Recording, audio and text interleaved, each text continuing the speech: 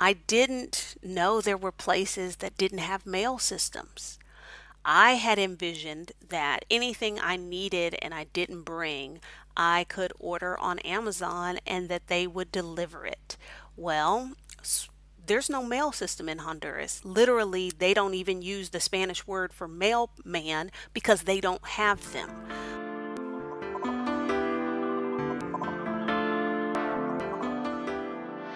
Hey everyone, welcome back to Flourish in the Foreign, the podcast that elevates and affirms the voices and the stories of Black women living and thriving abroad.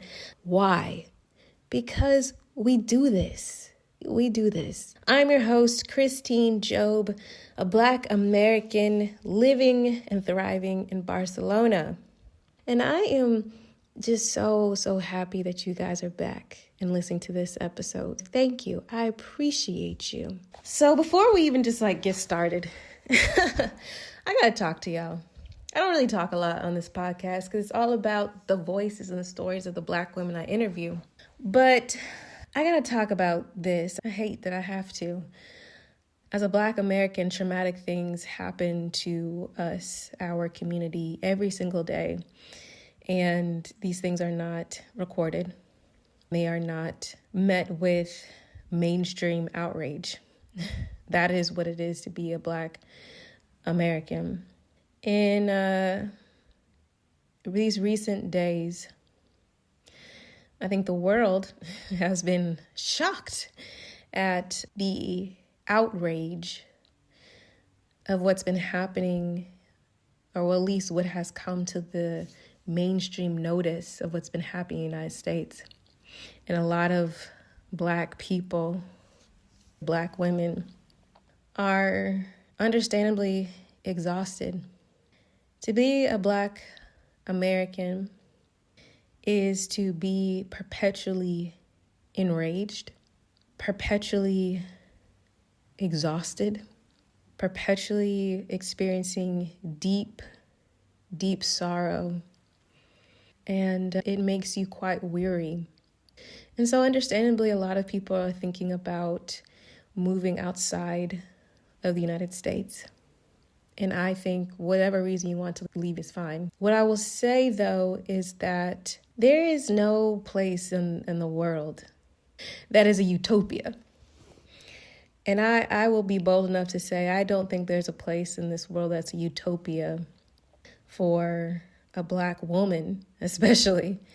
And that's not to say there aren't lovely, fantastic places in this world, and that there's not Black women living their best lives and doing the damn thing all around the world. That is clearly happening. That is what this podcast is showcasing. What I'm saying, though, is that in your preparation to make this move and take this on, just understand that there is no place that is a utopia. All right? There are so many different things to think about. When you move abroad, it's not just you taking your life minus racism and putting it down somewhere else. It's a whole different thing. There are so many different considerations to think about: language, culture, lifestyle. I just want us to make smart choices. I want us to make really strategic choices for ourselves and our family. Moving abroad is one thing. Staying abroad is another thing. You know, the language and the feelings that I've been hearing sounds like y'all want to move abroad and stay abroad. So that's why I'm saying that. I just want y'all to take this energy like Black people always do and create something beautiful. That's what we always do. Out of treachery and ridiculousness and sadness and anger, we always create beauty. And I just want y'all to do that in this case too. If you are seriously thinking about moving abroad and making that leap, please heed my words.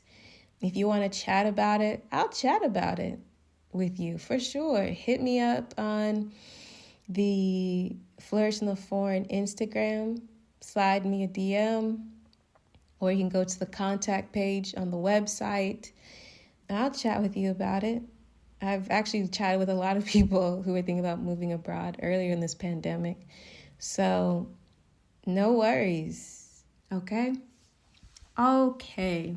This week we have a fantastic story with Adalia. I really love this story because, like I said earlier, it's not just about moving abroad, it's about staying abroad.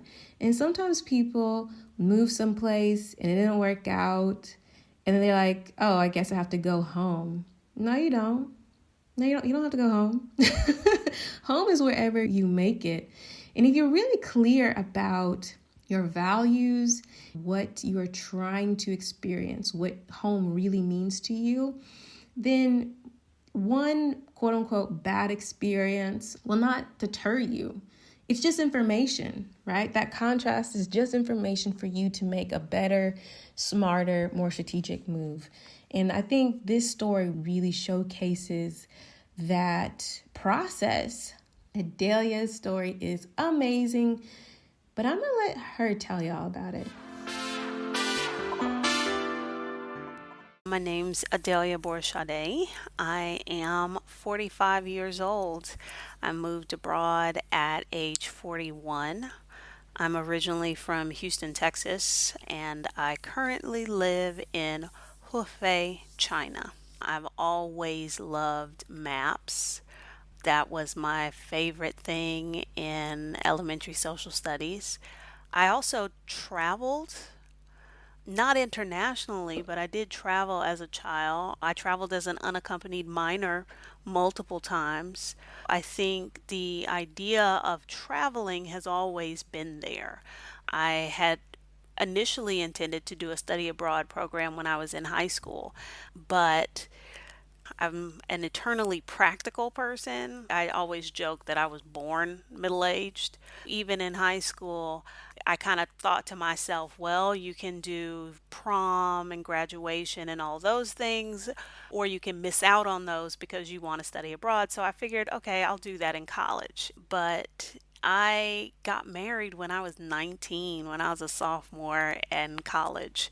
So it just kind of got pushed down the line to some unknown point in the future. I think in my mind, how it was going to go was that I was going to study abroad, and then that would then springboard into living abroad. And when the study abroad did not happen, I sort of adapted and found opportunities to travel abroad through work. I didn't get my passport until I was 26, and that was because I was taking a group of kids to Italy because I was a school teacher. I did a study tour in Germany that was paid for by the German government for U.S. social studies and history teachers. So I would find opportunities like that to kind of fill that desire. And then I think I really started to say, okay, how can I make this happen in my late 30s? I was newly divorced and determined that I was going to live life on my terms and no longer push the things that I wanted to the back burner. And so that obviously meant I needed to figure out how I would get abroad. I wasn't sure if I was going to do it through working or what exactly. This is kind of when being a digital nomad was just becoming a thing. I didn't know if it would be something like that. Really, the easiest way to do it was to teach abroad because I already had 19 years of teaching experience. That would be the easiest way to go. I'll pursue that. Initially, I was kind of open to the entire world, almost the entire world. There were a few places I was like, nah. But when I really thought about what do I want my new life to look like, there was this desire to learn Spanish. So I decided to focus my attention on Latin America and there just so happened to be a job fair for schools in Latin America being hosted in Houston. I applied and I went and got a job. My first job was in Tegucigalpa, Honduras. After Adalia decided to move abroad, to take the leap finally in her life, to put herself first, I was curious as to what her family and friends thought of her decision to up and move to Honduras. The people closest to me, because, coming off of a divorce, he got the bulk of the people. So the people who were left, Team Adalia, they knew me. They knew that travel and living abroad was always a part of the plan. So for them, it was like, okay, this makes sense. My oldest daughter, I remember telling her that I was moving to Honduras, and she said, "Oh, you mean Mexico?" And I was like, "No, Honduras." She was like, "Yeah, Mexico." So that's kind of the reaction. Most people just have no concept of Honduras. And I'll admit, I didn't know a whole lot because it's a small Central American country. Outside of that, I didn't really know too much. I couldn't do a lot of the kind of research people can do if they're moving to Dubai or they're moving to Mexico or someplace like that.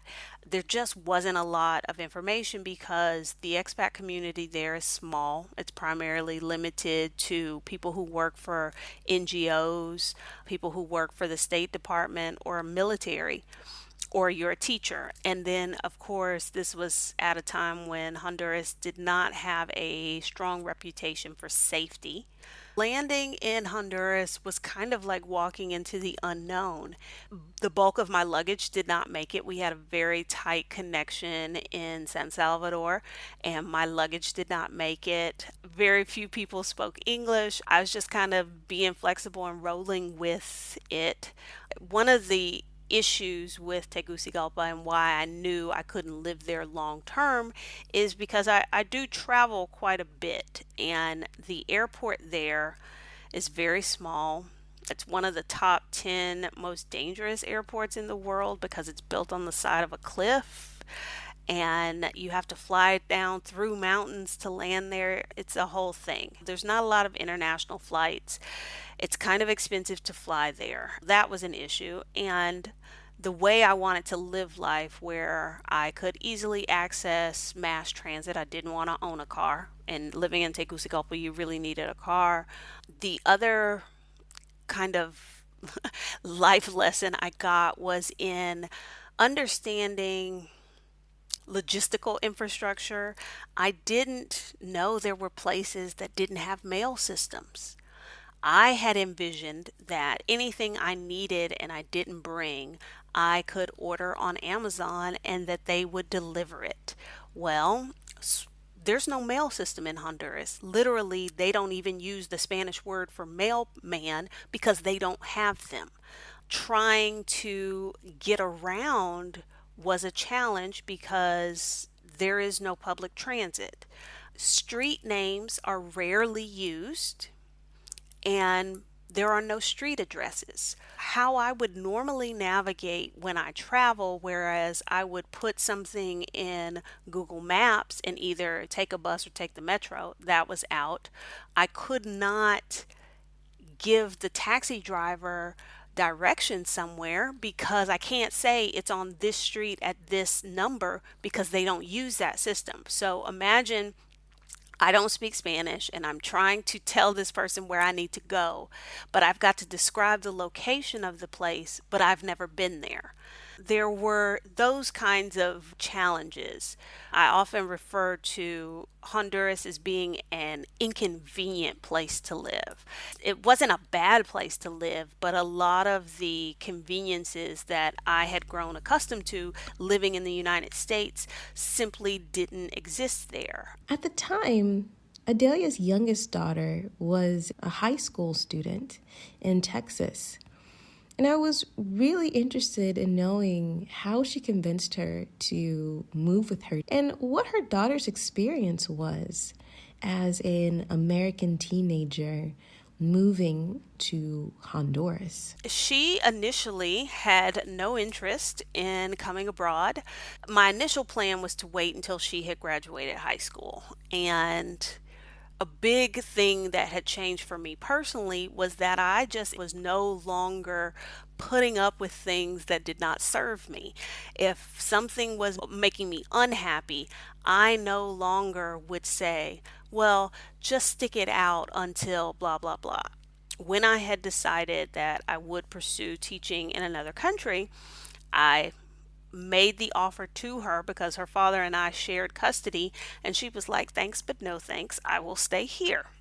She eventually changed her mind. I was like, think of it as sort of your own study abroad in high school. You don't have to move out of the US for the rest of your life. You can try this for a year. If you like it, you can stay with me. If you don't, you can come back and stay with your dad. And so she had a ball. She had a blast. From a parent school perspective, she got the kind of attention from her teachers that would have never been possible at the high school that she attended before. You couldn't not do your work. There weren't 30 kids in the classroom to hide from the teacher anymore. And she also had teachers who did really creative things. She took classes she would not have taken in the States. She took sociology and psychology. She had a cool little social circle. They were always going somewhere, doing something, having a get together, having a dinner party. So for her, it was a very cool experience and actually kind of ended up shaping what she chose to major in at university because she already had an interest in agriculture. And one of her friends there, their parent worked for USAID and worked with local farmers and sustainable farming and that sort of thing. And she developed an interest in that. For her, it was a good experience, and she contemplated staying on because my initial contract was for 2 years. And she contemplated staying, but she really had her heart set on raising a pig to show at the county fair. And so she decided to go back to Texas so she could do that. At the time of Adalia's move to Honduras, she was an experienced school teacher. So I needed to know, did she like her job? How was the staff? How was the school? I wanted to know all of it. I took a 60% pay cut to work there. I mean, I knew that. No one moves to Latin America for the money unless you are being transferred by some large multinational corporation. Wages are not what they are in the rest of the world, especially for international teaching. But my day was pleasant, very casual. The interactions between local staff and foreign staff was good. I think partially because the school was so small. And when I say small, my daughter was a sophomore. There were 7 children in the 10th grade. So, very small school. The school provided transportation, so that was one less thing I had to try and navigate. The people the people were great. My students were great. So working there was fun. My contract was for 2 years. I was hired to be the instructional technology coordinator. It was a non-teaching position, but I did also teach one section of a AP class because I had a lot of AP experience. My position was new, and turns out that the school funding really wasn't there to support that position. So the school needed to restructure some things. And when they approached me with their plan to restructure, I was not particularly interested in it because it would have increased my workload by five for the same pay. So I said no thank you to the new restructuring, and they released me because they couldn't honor my initial contract the way it was written because of their financial situation. And so this would have been late March, April, and of course, I had not been looking for another job because I had another year on my contract, and I really didn't want another job. After being released from her contract, Adalia had to decide what she was going to do next and where she wanted to go. I thought about it and I was like, maybe I won't look for a job and I'll take some time off. Maybe I'll retire. I wasn't sure. I had been country shopping for my next country after Honduras, and I had summer plans to try out a few countries, and one of those was Mexico. And so when I wasn't going to have a job, I was like, okay, we'll just turn that trip into moving to Mexico. Being there in Honduras helped me refine my list of what did I want out of a country, out of a place to live. Mexico City seemed like a really good choice. It would allow me to be a 2 hour flight away from my children in Houston, and it's a dog friendly place because I also have my dog with me. So that's kind of how I landed on it. And then when I visited that summer, I fell in love with it and was like, yep, this is the perfect place for me. I'm trying not to just gush about Mexico City, but I think the fact that I have a tendency to do that tells you that it was really the right choice for me. There's so much culture, so much to do, so much to see, so much history, incredible food. The people were great. It was the kind of place that I had always wanted to live. I could navigate it easily by myself. And really, that's what I did. When I moved to Honduras, the school found an apartment for me. They negotiated with the landlord, all of that. I had to do all of that stuff on my own. I enrolled at the university to take Spanish classes. I ended up in a roundabout way teaching a little bit of business English, and I got to meet more locals doing that. I was able to travel from Mexico City to a variety of places in Mexico and around the world. It was a really good year. It ended up sort of being a grown up gap year for me, a sabbatical, because initially I had no plans to leave. I was putting things into place to establish residency, and my intention was just to be like, okay, this is my base. I'll be here. Some things changed for me financially, and I decided, well, maybe I should go back and teach for a couple of years, stack a little bit of money, and then come back to Mexico. I ended up leaving Mexico after about a year and a few months. After an incredible stint in one of her favorite places in the world, she decides that she needs to get back on the road and continue working for at least a couple more years. And where she ends up is almost as shocking as her experience in this new place. I accepted a job in Kuwait. I'm trying not to use words like disaster and doomed, but moving to Kuwait, that was an ill-advised move. And I knew it probably was, but I strongly believe that the universe tends to unfold as it should. And the way things were unfolding, it seemed like I was supposed to take that job. The visa process, the work visa process for wealthy Middle Eastern countries is a lot different than it is in Latin America. In Latin America, or like in Honduras, where I showed up on a tourist visa and the school walked me through getting my residency in Mexico, the situation isn't that complicated, but you do have to apply outside the country. For Middle Eastern countries, it's a whole thing. You've got to have a physical, you've got to have a background check, they've got to validate your degree, all of this stuff.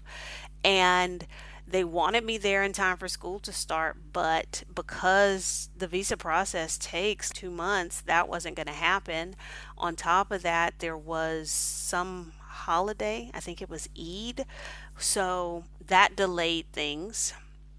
I arrived in Kuwait just after midnight. By 9 a.m. the next morning, I had reported to work and already knew I had made a mistake and strongly considered figuring out a way to get back to the apartment to grab my bags and just go back to the airport. And then I talked to myself and was like, well, you moved all the way over here. At least give them a chance. Kuwait is not an attractive place to live. It doesn't have any of the things that I want out of a destination. The cost of living is high. The only thing it did have going for it was its location because it would be easy to travel to other countries from there. That's kind of the thing that helped me stick around for a little while. But eventually, things got unbearable. The HR policies were punitive. They were making up HR policies that didn't exist. They were engaging in unethical behavior that I believe was probably illegal. And then they started messing with my money. Kuwait is not the most welcoming place for foreigners, which is a bit ironic given that their population is so small. They depend on foreign workers to run their country.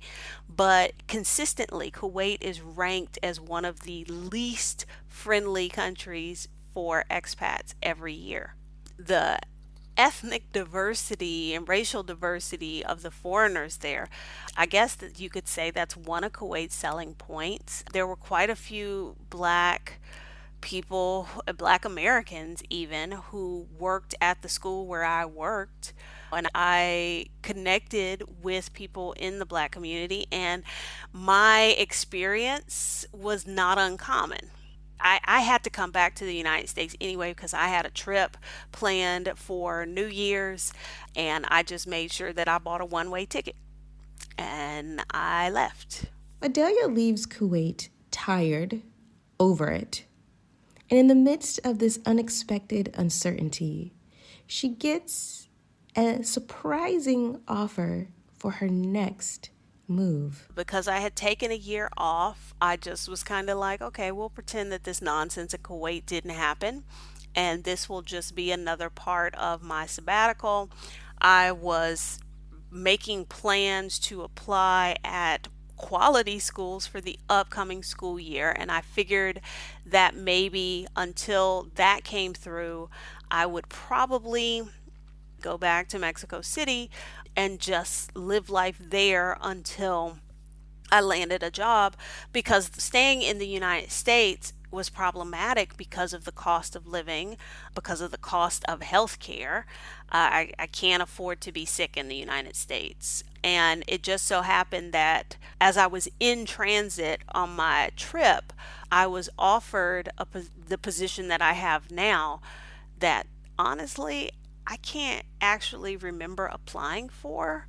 I, I doubt I applied for this job because China was not on my list. It was a place I was actively trying to avoid. I had no interest in coming to China. I had visited twice, and one of those visits was extended because the high school I used to work at in Texas had a sister school program with a school in Foshan in the south of the country. And so I'd spent an extended amount of time at a Chinese high school and knew that's not where I wanted to be. But the initial job offer was for 4 months, and it was an opportunity to teach career development and career planning, which was something I kind of did with kids but not officially before. So I was intrigued by that. And I came after coming off of the debacle in Kuwait thinking like, if I get here and these people aren't right, I'm leaving immediately. That much I knew for sure. But obviously they were okay because I'm still here. China. So big, so vast. I had to know, what was her overall impression and experience in China? I have been in China for about 14 or 15 months. I got here last February. That contract went through June, and then I renewed for another year. Basically, in China, I am functionally illiterate. I cannot read, I cannot write, I can't even speak the language. And because this place has so few foreigners, English is not widely used. So if you go into a restaurant, there is no English menu. There is no picture menu. All of the menus have Chinese characters. From the beginning, that was a struggle. In international teaching, you get paid once a month. You get paid at the end of the month. I came at the end of February, so I had to go a month before I got paid. Fine. I had money in my American bank account. Well, here's the funny thing about that. You can't use credit cards here. Nobody uses credit cards. They all pay through their phone. You can't get the phone payment system set up until you have a bank account.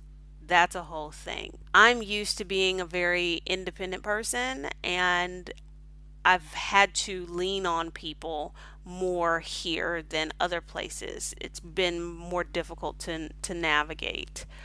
When I extended the contract, I felt confident in doing so.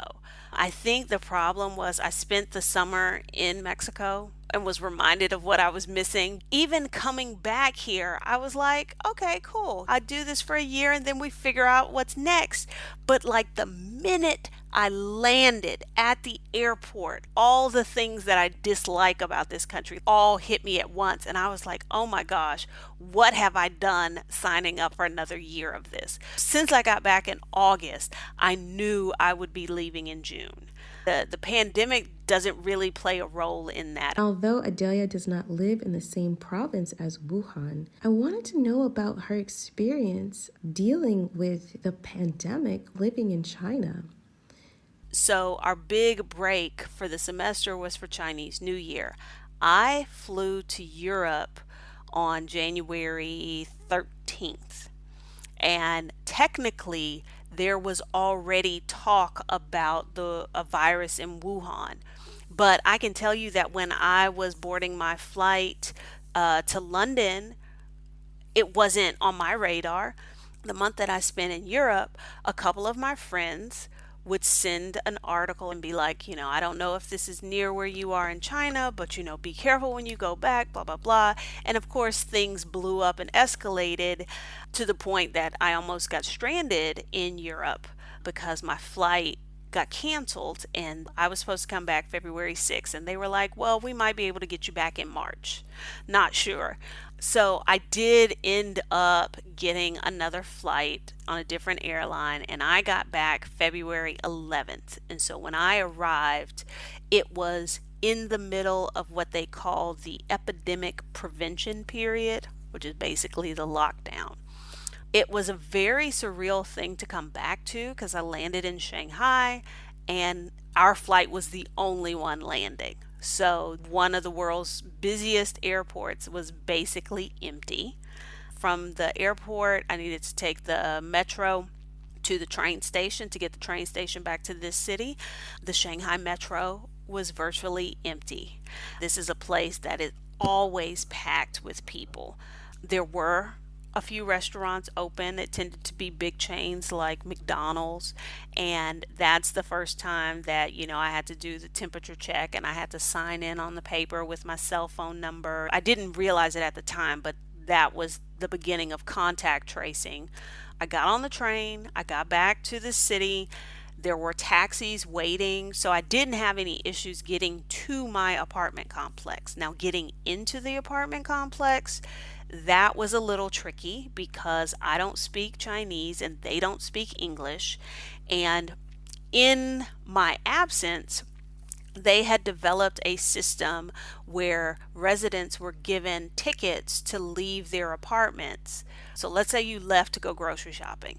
You got 3 tickets a week so that they could keep you in the house.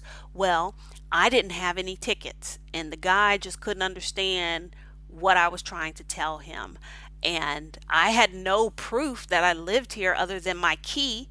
I just happened to luck up that someone came behind me and she spoke a little bit of English and she was able to get us sorted. And they eventually let me in the apartment complex and were like, stay in your apartment for 14 days. No one was allowed inside an apartment complex that didn't live there. So any food deliveries, any groceries, all that stuff was dropped at the gate and you had to go get it. That's what I came back to. And that lasted probably 6 weeks after I got here. Adalia has lived in many countries and she's traveled to many more. And I needed to know what had been her experience as a Black woman abroad? Most places I have lived and visited, I don't feel the weight of being a black person. And I say weight because that's what it feels like in the United States. I don't feel that. I have noticed that in places where society is less homogeneous, in a Kuwait, in Mexico, in Honduras, places where there are a variety of people, I definitely feel more at ease because I'm less othered there. I think that's been one of the biggest negatives of my experience here in China. Even in Europe, when I was in Europe for winter break, it's obvious I'm not from Romania or Ukraine where I was, but I wasn't othered the way I am here. Where I live, there is me and the Nigerian gentleman that I work with. We are probably the only black people for many, many kilometers. I take that back. At one of the other schools nearby, there's two black Americans. I think the estimate is that there might be 5,000 foreigners in this city of 7.8 million people. And I will be the first to admit that maybe if I lived in some place like Shanghai, there would be more foreigners, there would be more people who look like me. But here in this city, I can never not draw attention. Most places that I have lived, it's more I've had to deal with the American privilege than having my race be an issue. I'm not going to say nobody cares that I'm black, but the fact that I'm an American trumps that. It outweighs that, and that then becomes the focus. And not necessarily a negative focus. A lot of it is curiosity as to why an American chose to be in those places, in those spaces. I will say living in Kuwait was the first time I ever got the, well, where are you from? And then I tell them, and they're like, no, but where are you really from? I had never had that experience before. And that was one that opened my eyes up to the fact that while people like Will Smith and Beyonce may be global stars, a lot of people don't understand that Americans aren't all white. I would not say that being black has been a negative or been an issue. And I only say that because being black in the United States is an issue. It does come with negative baggage associated with it, you know? I wanted to know how the politics of each country has affected Adalia while she's been abroad. And I was also curious as to see if the politics of her home country, the United States, had affected her while she was abroad.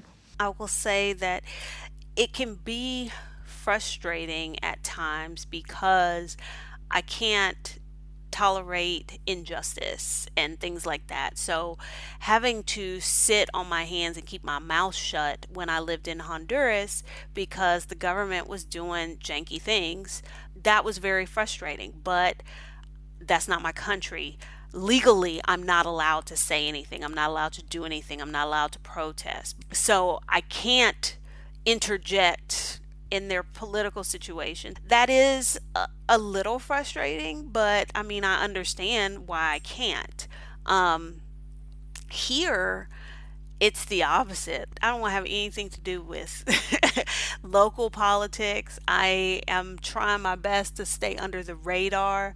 I don't want anything that will draw their attention to me. I don't know if people realize this, but China uses exit bans. Just because you want to leave doesn't mean you can leave. They can decide, no, you're not leaving today. And they can decide to keep you for whatever reason. I'm very conscious of this being an authoritarian government and what that means and how my behavior needs to be modified. But I will say that in both Mexico and Honduras, I felt a connection to the local political issues. And I think it's because they were issues that, even if I hadn't lived there, they were issues that mattered to me. I work with many South Africans, and they're here because the situation in their country is difficult. A lot of people have a very high opinion of life in the United States. This is why, as an American living abroad, people often look at us like, well, why are you here? Why aren't you in America? Like, I'm trying to get to your country. And what this current situation has exposed are all the things that I dislike about the country. The South Africans I work with are having this conversation like, can you believe the wealthiest country in the world doesn't have blah, blah, blah? And I'm like, yeah, that's why I don't live there.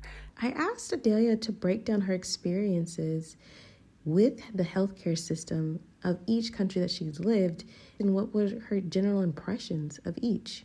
The healthcare system, that has been interesting. I have not yet lived in a country that has a single payer healthcare system. Every country I've lived in has kind of had a two-level system, like public hospital and private. Honduran hospitals were plagued with shortages, and that's part of bigger issues at play there. In Mexico, I could get top notch care at very reasonable prices. I did not have health insurance. When I move back, I will. In Kuwait, quality care was available.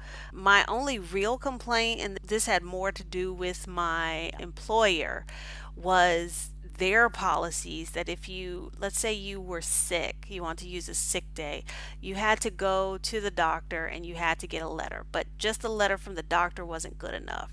Someone at the hospital had to sign the letter to vouch for the doctor, but then somebody from the Ministry of Health had to sign the letter to vouch for the hospital and the doctor. And all of that process could take like weeks just so you would not be docked a day of pay to use a sick day that was supposed to be a benefit. One of the things that Kuwait was in the process of doing, I don't know if they did, but they wanted to restrict access to public hospitals so that foreigners could not go. Again, that just feeds to their reputation of being unfriendly to expats. And then here in China, whew, I have made it my goal to stay away from the healthcare system here for several reasons. In order to get your visa, you have to do a physical.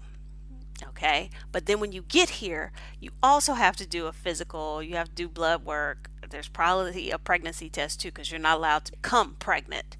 The facility, it's a government facility. The level of cleanliness, let's just say it wasn't run in the manner that I had grown accustomed to in Western facilities. And I knew right there that I did not want to be in any form of a Chinese hospital. If I were to get sick, I have insurance. I think I can go to private. One of my coworkers has 4 kids, so he has navigated the healthcare system here quite a bit. Some of it successfully, some of it not so successfully. China and Honduras would probably be the lowest on my list, but for different reasons. I'm always curious about the tax implications abroad.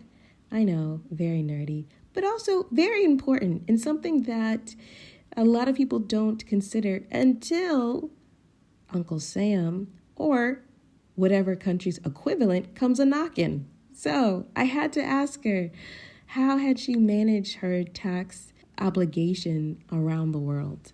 Well, in Honduras, it was easy because teachers don't pay taxes. In Mexico, you are only taxed on the economic activity that takes place in the country. So when I was teaching business English, because I was working for a language school, they paid my taxes. If I had been freelancing, I would have needed to pay taxes to SAT myself. And then in Kuwait, of course, they don't have an income tax. They don't need one. And here, the Chinese, they're sticklers about money laundering because they don't want people moving money offshore and them not getting their cut. My school pays my taxes, but it becomes an issue if you want to go through official channels to move your money out of the country. Let's say you want to do a bank wire. You have to provide tax documents that show you've paid taxes on the money you're trying to send out of the country. This is the first place I've ever had those kinds of issues moving money around. As far as paying my US taxes, I do that the same way I did before. I use Tax Act. It walks you through, it'll say, like, did you live abroad? And you say yes, and then it walks you through the thing. Because up to, what is it, like $105,000 of foreign earned income can be exempt from taxation as long as you meet the residency requirements. It's a formality. I don't intend to go back to the United States, but just on the off chance that I might, I don't want Uncle Sam breathing down my throat, so I make sure that I file my taxes every year. I asked Adalia what would be her advice for women wanting to not only move and live abroad, but truly thrive abroad. And she gave some really amazing dollars and cents advice. First thing you got to think about it, what are your priorities? What's important to you? Because that's where you're going to spend your money. For me, travel is a priority. However, I will downsize other areas of my life and spend less money so that I have the money I need to travel with. If it's really important that you have designer clothes, as one of my favorite finance gurus says, you can afford anything, not everything. What are the things that matter? You want to retire? When do you want to retire? If you want to retire sooner, that's going to require a much more aggressive plan with the saving and the investing to make that happen. If you're not willing to give up some creature comforts to make that happen, okay, then you got to change your timeline.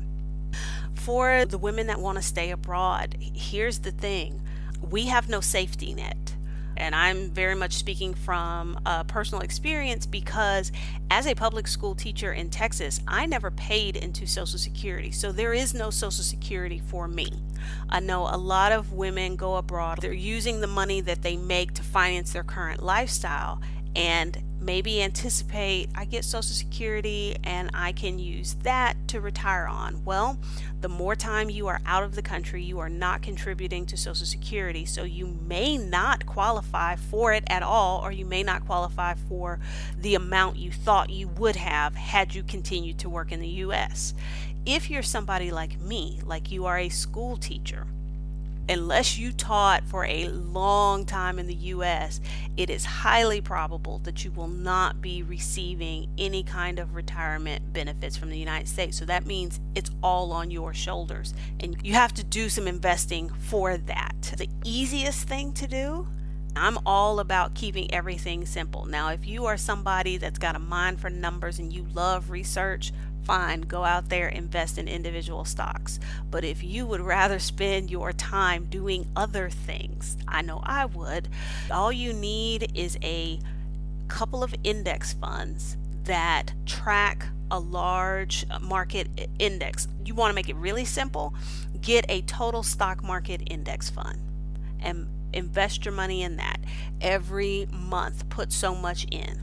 It can be in a normal taxable investment account, because being outside the United States, if you are exempting your foreign earned income, you can't contribute to a Roth IRA.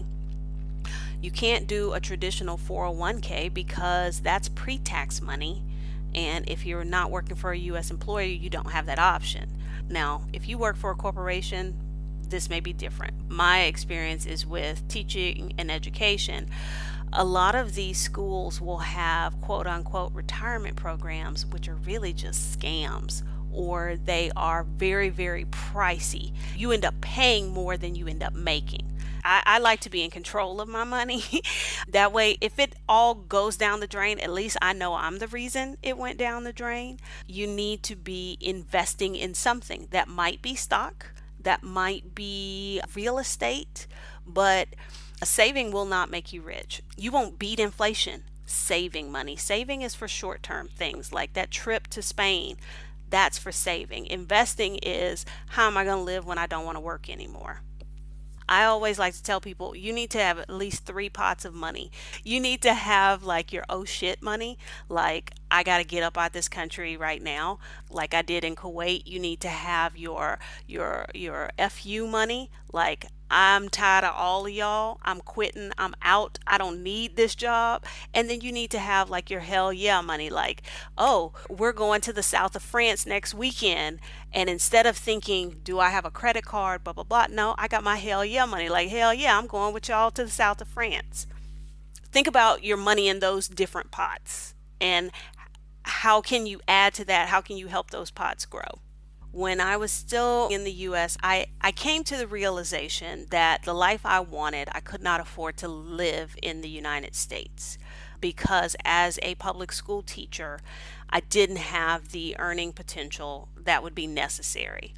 I'd been married for 20 years, and the person I was married to, our money styles were not the same. So, where I might have been a much more aggressive saver and investor because I had to take somebody else into consideration. That didn't happen. I kind of felt I could have been in a better situation. The life I wanted to lead, I could not afford in the United States. That was just one more reason to go abroad.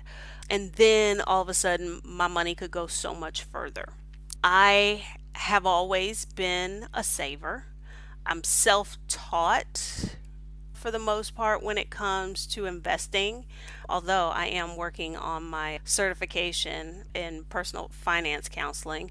I was already thinking about financial independence, retire early, and how I could make that work. I used some of that knowledge and that planning to figure out, okay, how much longer would I need to work? Where can I live? And so I used that in my country shopping as I was doing my research and figuring out which countries might be the best ones for me. I had the idea of countries I thought might be nice. Like, for instance, I thought Switzerland.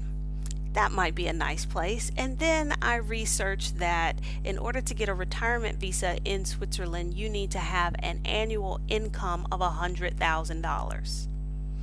Income, not net worth, not savings, but an income. I was like, okay, Switzerland doesn't want poor people. I can't live there. I had to adjust and figure out. And that's one of the things that makes Latin America attractive. Malaysia was another place on my list. I visited Malaysia a couple years ago and decided that I probably wouldn't want to live there. Although I lived in Houston my entire life, I have had enough heat. So, Malaysia and Thailand were both at the top of my list. And as much as I enjoy Thailand, I don't want to live in that heat all year long. Right now, like Portugal, I wouldn't mind being in Europe again for travel opportunities, the ability to have health care, but learning Portuguese might be an issue. I have residency in Mexico. So I will be returning to Mexico City when I leave here. My final destination, that is still up in the air, but I have very much thought and planned and am planning looking at my finances and what that's going to look like and what can I do with what I have and what I will have. I, of course, asked Adalia about her personal definition of wellness and how her travels abroad had changed that concept of wellness for her. My definition of wellness is state of contentedness, whether you're talking about mental, physical, financial, like, hey, I'm good. This is all good. It's all okay. Whatever this is, I'm not stressing about it.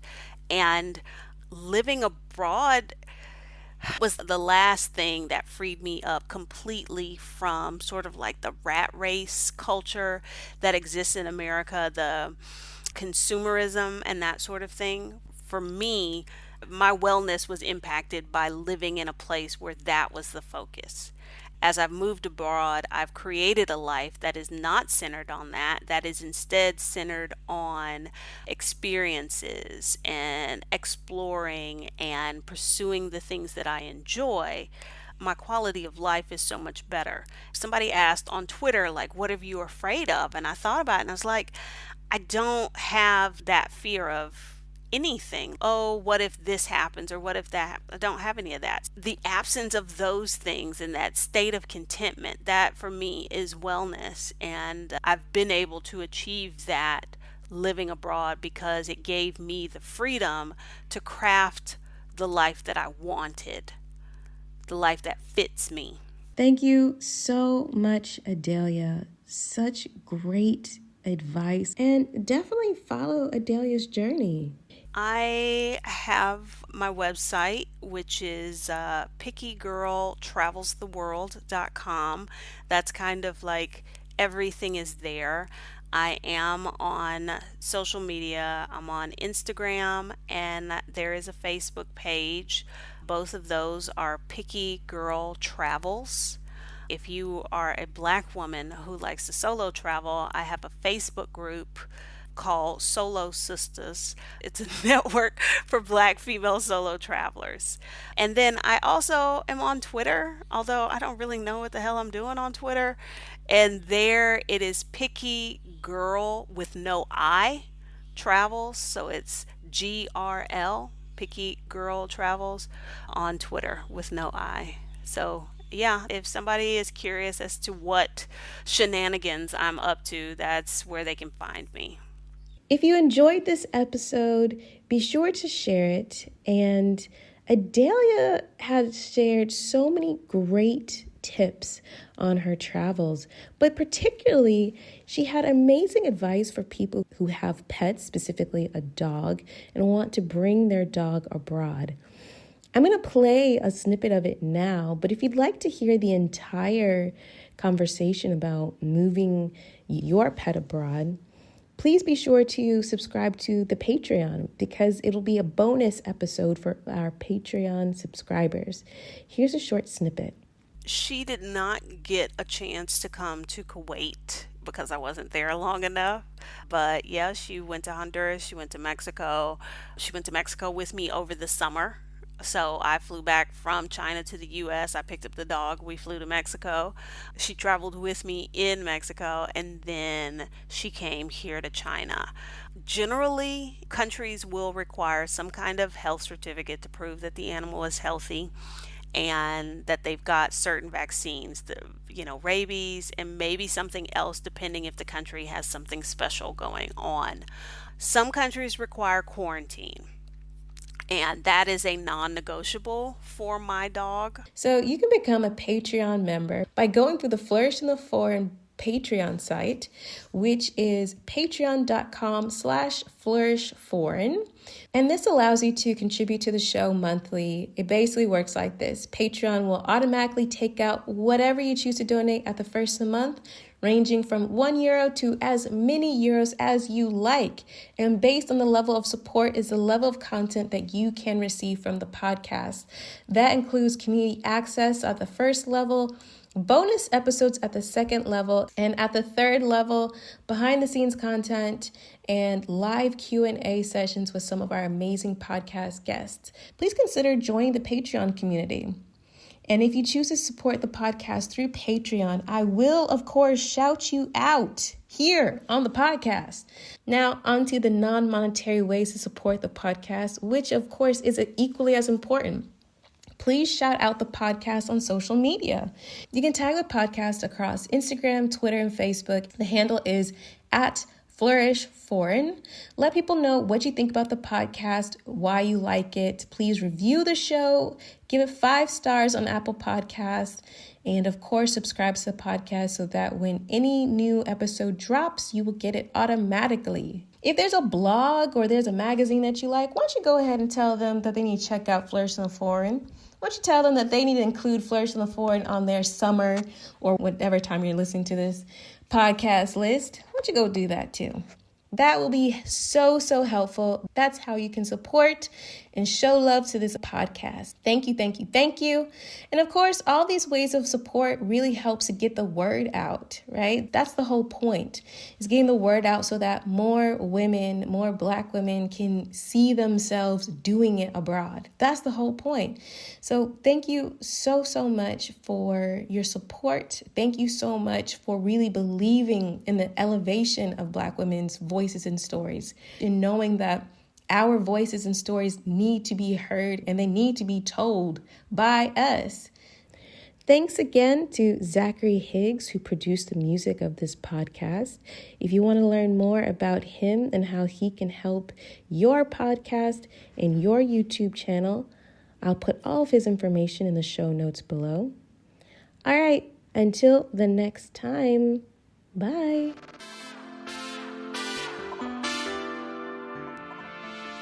On the next episode of Flourish in the Foreign. And I think maybe if you spoke to a Canadian woman, they'll be like, what are you talking about? Like, we got swag. Your men don't have swag. They've got Drake swag, but to us, it's corny. And I don't think this is only my experience. Speaking to other friends I've met that have moved here, that is their one complaint about finding a man in this city.